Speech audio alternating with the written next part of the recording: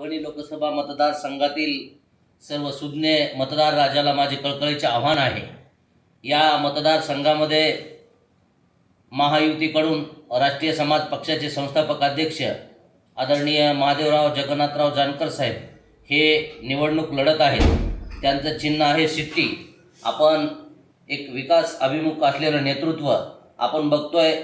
गेल्या 5 वर्षापूर्वी ते राज्याचे दुग्ध विकास मंत्री असताना जनसामान्याचे प्रश्न कसे सोडवायचे त्यांना मुळात माहिती आहेत आणि या परभणी शहराचा चेहरा मोहरा बदलण्यासाठी त्या ठिकाणी आदरणीय जानकर साहेबांना आपण भरघोस मतांनी निवडून द्याल। 26 तारखेला या ठिकाणी मतदान होत आहे आणि 26 तारखेला आपण सर्वांनी सिट्टी या चिन्हासमोरील बटन दाबून आदरणीय जानकर साहेबांना आपण संसदेमध्ये पाठवाल।